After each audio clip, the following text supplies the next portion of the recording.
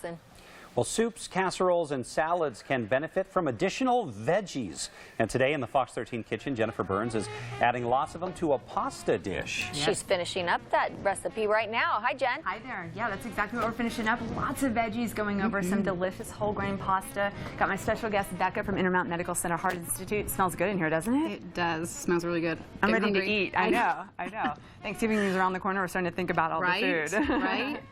So right over here, Becca, we just did lots of good vegetables in here. I'm just going to put it over a whole grain pasta. We put in a little bit of oregano and basil, as well as some red pepper flakes, no salt seasoning. And I'm just going to top it, tiny bit of Parmesan cheese, and then also a little bit of parsley here.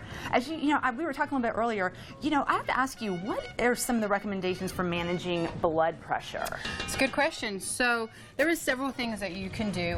One of them would be diet. So making sure you're staying away from the foods that are high in salt, high in sugar, so the processed food. So you want to stick to more of foods that are high in fiber. So your fresh fruits, vegetables, nuts. So I mean, this dish is awesome for that.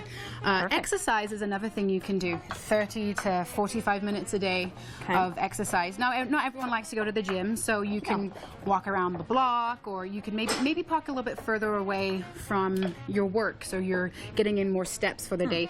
Or instead of taking the elevator, maybe take the stairs. Yeah, that's a good idea. And real quickly, Becca, how often should someone check their blood pressure? How often do we need to keep up on that? I would say 3 to 4 times a week. It's good to really check your blood pressure. You can buy blood pressure machines pretty much anywhere at your local stores, so Walmart, Walgreens.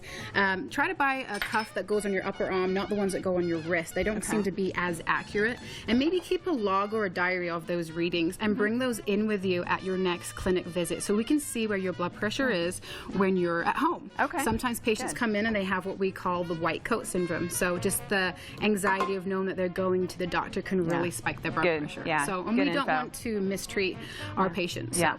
Good info. Good info. Really good info. Thanks so much. And, Carrie and Max, we got a delicious lunch ahead of us, and it looks pretty too. Thanks again, Becca. For the full recipe, visit fox13now.com and search spaghetti with squash and